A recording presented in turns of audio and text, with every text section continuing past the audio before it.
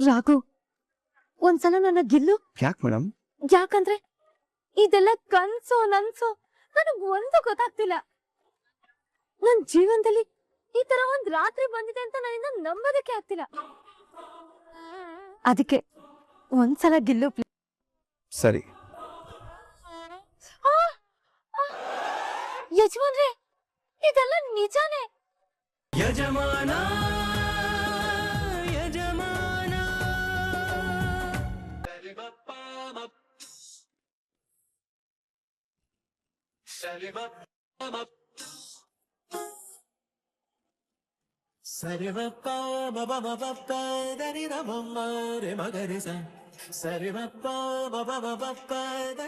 ಆಹಾ, ನಮ್ಮ ಮನೆ ಸೊಸೆ ರೆಡಿಯಾಗಿ ಬಂದ್ಬಿಟ್ಲು. ಎಷ್ಟು ಚೆನ್ನಾಗಿ ಕಾಣಿಸ್ತಾ ಇದ್ದಾಳೆ. ಇಲ್ಲಂತ ನಮ್ಮ ದೃಷ್ಟಿನಿ ಬೀಳೋ ರೀತಿ ಇದೆ. ಸ್ವಲ್ಪ ದೃಷ್ಟಿ ತೆಗೆದಾಕು. ಎಲ್ಲ ಟಿವಿಗೋಸ್ಕರ ಸುಮ್ಮನೆ ಬಿಲ್ಡಪ್ ಕಣಮ್ಮ. ಯಾಕಂದ್ರೆ ಇರೋವರೆಗೂ ಇದ್ದು ಕೊನೆಗೆ ನೊಣ ತಿಂದು ವೃತ್ತ ಕೆಡಿಸ್ಕೊಂಡ್ರು ಅನ್ನೋ ತರ ಆಗ್ಬಾರ್ದು ನೋಡು. ಅದಕ್ಕೆ ಏನ್ ಮುಖ ನೋಡ್ತಾ ಇದೀಯಾ? ದೃಷ್ಟಿ ತೆಗಿಯೇ. ಆಯ್ತು. ನಾಯಿ ನರಿ ಕಣ್ಣು, ಮನುಷ್ಯ ಕಣ್ಣು, ಮನೆಯವ್ರ ಕಣ್ಣು, ಎಲ್ಲಾರ ಕಣ್ಣಿನ ಜೊತೆಗೆ ಇದನ್ನ ನೋಡ್ತಾ ಇರೋ ಇಡೀ ಕರ್ನಾಟಕದ ಕಣ್ಣು ನನ್ ಸೊಸೆ ಮೇಲೆ ಬೀಳ್ದೇ ಇರ್ಲಿ.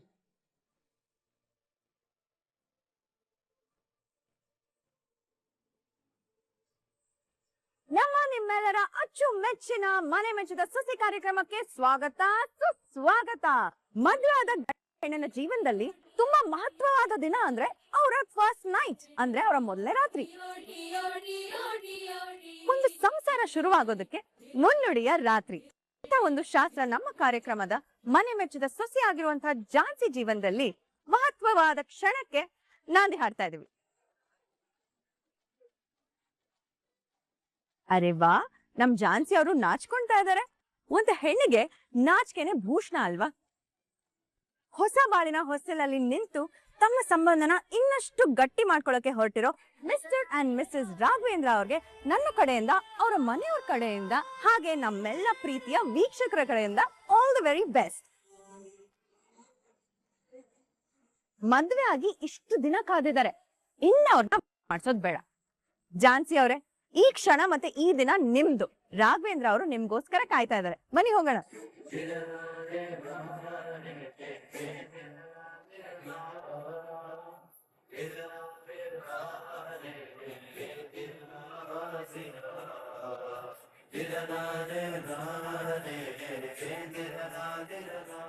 All the best both of you.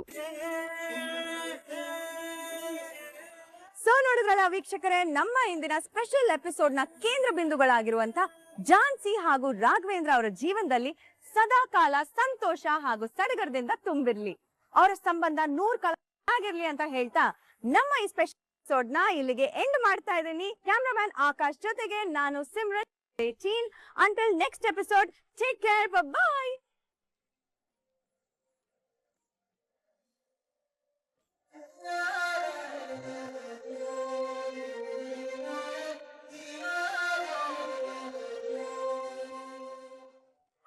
Raghu, ಒಂದ್ಸಲ ನನ್ನ ಗಿಲ್ಲು. ಯಾಕೆ ಮೇಡಮ್?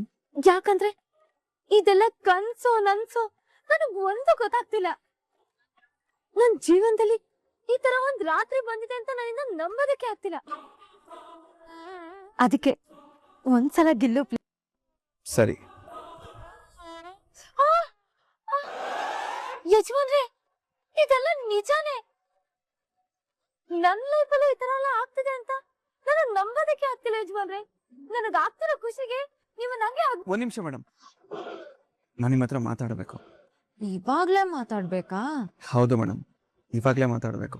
ಸರಿ, ಅದೇನ್ ಹೇಳು. ಮೊದ್ಲು ನಿಮ್ ಕಂಡ್ರೆ ಕೆಂಡದಂತ ಕೋಪ ಬರೋದು. ನಿಮ್ ನೇಳ್ ಕೂಡ ನನ್ ಮೇಲೆ ಸೋಕ್ಬಾರ್ದು ಅಂತ ಅನ್ನಿಸ್ತಿತ್ತು. ಆಮೇಲೆ ನನಗೆ ತಾತ ಇಷ್ಟ ಆದ್ರು. ನಿಮ್ ಒಳ್ಳೆತನ, ಬೇರೆಯವ್ರ ಮೇಲೆ ಇದ್ದ ಕನ್ಸರ್ನ್, ಚಿಕ್ಕ ಮಕ್ಳ ತರ ಹಠ ಮಾಡೋದು, ಪಟ ಅಂತ ಮಾತಾಡ್ತಿರಲ್ಲ, ಆ ಮಾತುಗಳಿಂದ ನನಗೆ ನೀವು ಸ್ವಲ್ಪನೇ ಇಷ್ಟ ಆಗ್ತಾ ಹೋದ್ರಿ. ನಿಮ್ ಕೋಟ್ಯಾಂತರ ರೂಪಾಯಿ ಆಸ್ತಿ, ನಿಮ್ ಐಷಾರಾಮಿ ಜೀವನನೆಲ್ಲ ಬಿಟ್ಟು ನಮ್ಮಂತ ಮಿಡಲ್ ಕ್ಲಾಸ್ ಫ್ಯಾಮಿಲಿಗೆ ಬಂದು ಅಡ್ಜಸ್ಟ್ ಆಗಿ ನಮ್ಮ ಮನೆಯವ್ರ ಮನ್ಸನ್ನ ಗೆಲ್ಬೇಕು ಅಂತ ನೀವು ಪಟ್ಟ ಕಷ್ಟ, ಒದ್ದಾಟ ನನ್ನ ಮನ್ಸಲ್ಲಿ ನಿಮ್ ಬಗ್ಗೆ ಪ್ರೀತಿ ಹುಟ್ಟಾಕ್ತು.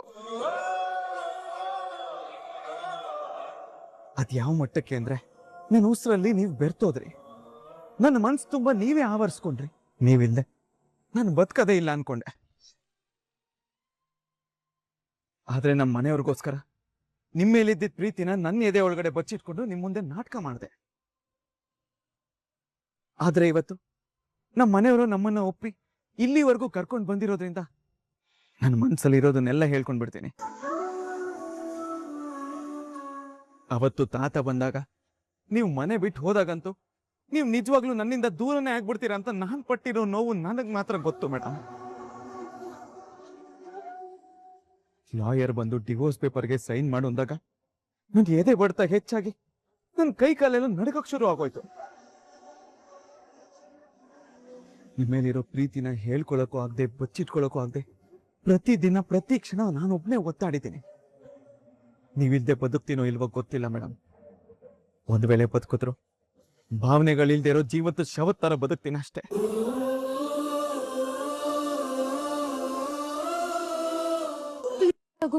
ಹಾಗೆಲ್ಲ ಮಾತಾಡ್ಬೇಡ, ನನಗ್ ತುಂಬಾ ನೋವಾಗುತ್ತೆ. ಈಗೆಲ್ಲ ಸರಿ ಹೋಗಿದೆ ತಾನೆ, ಅದ್ರ ಬಗ್ಗೆ ಮಾತಾಡ್ಬೇಡ ಬಿಡು. ಅದಕ್ಕೆ ಮೇಡಮ್ ಇವತ್ತು ನಿಮ್ ಎದುರುಗಡೆ ನಿಂತ್ಕೊಂಡು ಮನ್ಸು ಬಿಚ್ಚಿ ಮಾತಾಡ್ತಿರೋದು. ಇಷ್ಟು ದಿನ ನನ್ ಎದೆ ಒಳಗಡೆ ಬಚ್ಚಿಟ್ಕೊಂಡು ಪ್ರೀತಿನ ನಿಮ್ ಎದುರುಗಡೆ ಹೇಳ್ಕೊತಾ ಇರೋದು. ಇವತ್ತು ನಿಜ ಹೇಳ್ತಾ ಇದ್ದೀನಿ madam. I love you. I love you so much madam. Madam ಅಂತೆಲ್ಲ ಕರೆಯೋದ್ ಬೇಡ, ಹೆಂಡತಿ ಅಂತ ಹೇಳು. I love you.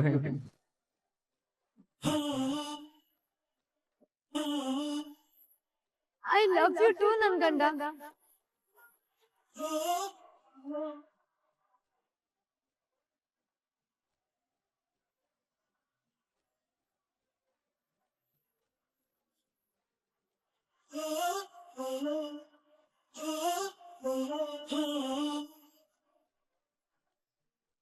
ಸ್ವಾಮೀಜಿ, ನಿಮ್ ಮಾತು ಕೇಳಿ ತುಂಬಾ ಖುಷಿ ಆಯ್ತು. ನಿಮ್ಮ ಬಾಯಲ್ಲಿ ಇಂಥ ಒಳ್ಳೊಳ್ಳೆ ಮಾತುಗಳು ಕೇಳಿದ್ದಕ್ಕೆ ಥ್ಯಾಂಕ್ ಯು ಸೋ ಮಚ್. ನಿಮ್ಮ ಆಶೀರ್ವಾದದಿಂದ ದೇವ್ರ ದಯದಿಂದ ಎಲ್ಲ ಒಳ್ಳೇದಾಗ್ಬಿಟ್ರೆ ಸಾಕು. ಸರಿ ಸ್ವಾಮೀಜಿ, ನಾನು ಫೋನ್ ಇಡ್ತೀನಿ. ಅಬ್ಬಾ, ಓ ಮೈ ಗಾಡ್, ನಿನ್ನ ಶಕ್ತಿ ಅಪರಿಮಿತ ಅಂತ ಗೊತ್ತಿರ್ಲಿಲ್ಲ. ಅಪ್ಪ ದೇವ್ರೇ. ಏನ್ರ ಇದು ಫೋನಲ್ಲಿ ಯಾರಿಗೂ ಸಾಷ್ಟಾಂಗ ನಮಸ್ಕಾರ ಮಾಡೋ ತರ ಇತ್ತು. ಯಾರಿಗ ಅಷ್ಟೊಂದು ಥ್ಯಾಂಕ್ಸ್ ಹೇಳ್ತಾ ಇದ್ದೆ? ಅದು ಝಾನ್ಸಿ ಮೇಡಮ್ಗೋಸ್ಕರ ಸಂಕಲ್ಪ ಮಾಡಿ ಪೂಜೆ ಮಾಡಿ ಕಂಕಣ ಕೊಟ್ಟಿದ್ರಲ್ಲ, ಆ ಸ್ವಾಮೀಜಿ ಫೋನ್ ಮಾಡಿ ಮಾತಾಡ್ತಿದ್ರು. ಏನ್ ಹೇಳಿದ್ರು ಅವರು? ಆ ಕಂಕಣ ಝಾನ್ಸಿ ಮೇಡಮ್ ಕೈಯಲ್ಲಿ ಇರೋವರೆಗೂ ಯಾರಿಂದನೂ ಅವ್ರಿಗೆ ಏನು ಮಾಡಕ್ಕಾಗಲ್ವಂತೆ. ಆ ಕಂಕಣ ಸಿದ್ಧಪಡಿಸ್ಬೇಕಾದ್ರೆ ನಾನು ಏನು ಬೇಡ್ಕೊಂಡು ಸಂಕಲ್ಪ ಮಾಡ್ಕೊಂಡಿರ್ತೀನೋ ಅದು ಎಲ್ಲ ಅಡ್ಡಿ ಆತಂಕಗಳನ್ನ ತಡೆದು ಈಡೇರಿಸುತ್ತೆ. ಏನು ಭಯ ಪಡ್ಬೇಡಿ, ಒಳ್ಳೇದಾಗತ್ತೆ ಅಂತ ಹೇಳಿದ್ರು.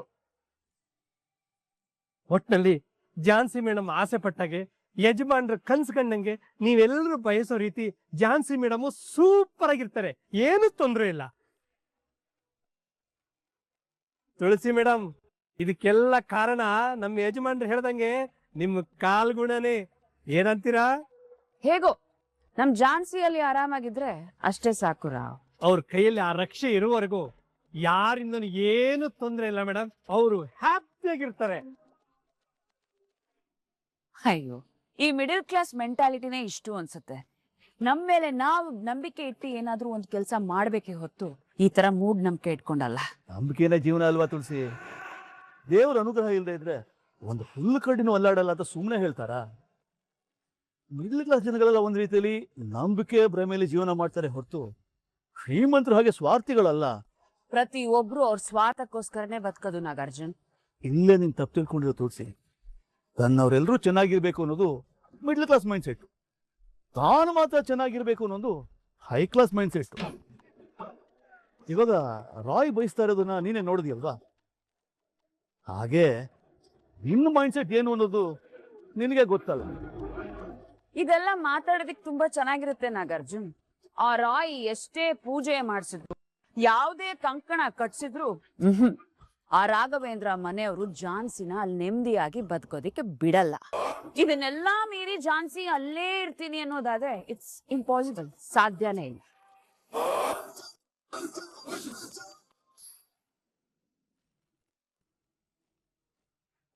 ಏನಾಯ್ತು ಯಜಮಾನ್ರೆ? ಮೇಡಮ್, ಡಿವೋರ್ಸ್ ಕೊಡೋದಕ್ಕೆ ನಾನು ಸೈನ್ ಮಾಡಿದ್ದೀನಿ. ನೋಟಿಸ್ ಬಂದಿದ ತಕ್ಷಣ ಮನೆ ಬಿಟ್ಟು ಅಂತ ಮಾತು ಕೊಟ್ಟಿದ್ದೀರಾ. ನಾಳೆನೇ ನೋಟಿಸ್ ಬರ್ತಿದೆ, ನೆನ್ಪಿದ್ಯಾ? ಅದ್ ಬರಲ್ಲ ಬಿಡು ರಾಘು. ಬರಲ್ವಾ? ನೀವ್ ಅದನ್ನ ಹೇಗೆ ಹೇಳ್ತೀರಾ ಮೇಡಮ್? ಆ ಲಾಯರ್ ಅವತ್ತೇ ಹೇಳಿದ್ರಲ್ಲ, ಈ 4 ದಿವಸದಲ್ಲಿ ನೋಟಿಸ್ ಬರುತ್ತೆ ಅಂತ. ರಾಘು, ಅವ್ನ್ ಕಳ್ಸಿದ್ರೆ ತಾನೇ ಬರೋದಕ್ಕೆ. ಅವ್ರೇ ಕಳ್ಸಿರಲ್ಲ ಮೇಡಮ್. ಕಳ್ಸೋದಕ್ಕೆ ಅವ್ರ ಹತ್ರ ಪೇಪರ್ಸೇ ಇಲ್ವಲ್ಲ. ಪೇಪರ್ಸ್ ಇಲ್ಲ ಅಂದ್ರೆ ಏನರ್ಥ? ಆ ಪೇಪರ್ಸ್ನೆಲ್ಲ ಇದೇ ಕಳ್ಳಿ ಹಚ್ಚಿ ಸುಟ್ಟೋಗ್ತೆ ಅಂತ ಅರ್ಥ. ಏನ್ ಹೇಳ್ತಿದ್ದೀರಾ ಮೇಡಮ್? ಹೌದು ನನ್ ಮುದ್ದಿನ ಕಂಡ, ನಿನ್ನ ಅಷ್ಟು ಸ್ವಲ್ಪ ಬಿಟ್ಕೊಟ್ಬಿಡ್ತೀನ? ಅವತ್ತೇ ಆ ಲಾಯರ್ಗೆ ಗತಿ ಕಾಣಿಸಾಯ್ತು, ಆ ನೋಟಿಸ್ ಪೇಪರ್ಸ್ ಮುಕ್ತಿ ಕೊಡ್ಸಾಯ್ತು. ನೀವು ಸರಿಯಾದ ಕಿಲಾಡಿನೇ. ನೀವ್ ಅಂದ್ಕೊಂಡ್ರೆ ಏನ್ ಬೇಕಾದ್ರೂ ಮಾಡ್ಬಿಡ್ತೀರಾ. ಮತ್ತೆ ನಿನ್ನ ಅಷ್ಟು ಸ್ವಲ್ಪ ಬಿಟ್ಕೊಟ್ಬಿಡ್ತೀನ? ನನ್ ಗಂಡನ್ನ ಪಡ್ಕೊಳ್ಳೋದಕ್ಕೆ ನಾನ್ ಏನ್ ಬೇಕಾದ್ರೂ ಮಾಡ್ತೀನಿ. ಅದೇನೋ ಸರಿ, ಆದ್ರೆ ಈ ವಿಷಯ ಮನೆಯವ್ರಿಗೆ ಗೊತ್ತಾದ್ರೆ ಅವ್ರು ಸುಮ್ನಿರ್ತಾರ? ಗೊತ್ತಾದ್ರೂ ಕೂಡ ಯಾರು ಏನು ಮಾಡಲ್ಲ ರಾಘು, ಯಾಕಂದ್ರೆ ಎಲ್ಲ ಒಪ್ಕೊಂಡೆ ತಾನೆ ನಮ್ಮನ್ನ ಇಲ್ಲಿಗೆ ಕಳ್ಸಿರೋದು. ನೋಡ್ ರಾಘು, ನಾವು ಹೊಸ ಜೀವನಕ್ಕೆ ಕಾಲಿಡ್ತಾ ಇದೀವಿ. ಖುಷಿಯಿಂದ ಸಂತೋಷವಾಗಿ ಸಂಸಾರ ಶುರು ಮಾಡೋಣ, ಏನಂತ್ಯ? ಆಗ್ಬೋದು ಅಂತೀನಿ. ಅಂದ್ಮೇಲೆ ನಾನಿವಾಗ ನಿನ್ನ ಹಗ್ ಮಾಡ್ಕೊಂಡ್ಲ? ಧಾರಾಳವಾಗಿ. ಅಯ್ಯೋ, ಮರ್ತೇ ಹೋದೆ. ಏನು? ತಗೊಂಡ್ ಬಂದಿರೋ ಹಾಲು ಹಾಗೆ ಬಿಟ್ಟಿದ್ದೀನಿ. ಒಂದ್ ನಿಮಿಷ ತಗೊಳ್. ಹೆಂಡತಿ, ಈ ಹಾಲ್ನ ಇಬ್ರು ಅರ್ಧರ್ಧ ಕುಡಿಬೇಕಲ್ವಾ? ಹೌದು, ಆದ್ರೆ ಯಾಕೆ ಗೊತ್ತಿಲ್ಲ. ಯಾಕೆ ಅಂತ ನಾನು ಹೇಳ್ತೀನಿ. ಇಬ್ರು ಅರ್ಧರ್ಧ ಹಾಲ್ ಕುಡಿಯೋದು ಈ ಸಂಬಂಧದಲ್ಲಿ ನಾವಿಬ್ರು ಸಮಾನರು ಅನ್ನೋದನ್ನ ಅರ್ಥ ಮಾಡ್ಕೊಳ್ಳೋದಿಕ್ಕೆ. ಆಮೇಲೆ ಇನ್ ಮುಂದೆ ನಾವಿಬ್ರು ಒಂದೇ ದಾರಿ ಶುರು ಮಾಡ್ಬೇಕು ಅನ್ನೋದನ್ನ ಮಾನಸಿಕವಾಗಿ ಒಪ್ಕೊಳ್ಳೋದಿಕ್ಕೆ. ಎಲ್ಲದಕ್ಕಿಂತ ಹೆಚ್ಚಾಗಿ ಹಾಲು ಹೊಸ ಶುಭಾರಂಭಕ್ಕೆ ಆಶೀರ್ವಾದ. ಆಶೀರ್ವಾದ ನಮ್ಮಿಬ್ರಿಗೂ ಬೇಕಲ್ವಾ? ಹಾಗಾಗಿ ಇಬ್ರು ಅರ್ಧರ್ಧ ಹಾಲ್ನ ಕುಡಿದು ಹೊಸ ಜೀವನಕ್ಕೆ ನಾಂದಿ ಆಡಬೇಕು. ಸೂಪರ್. ಅರ್ಧರ್ಧ ಹಾಲು ಕುಡಿಯೋಣವಾ?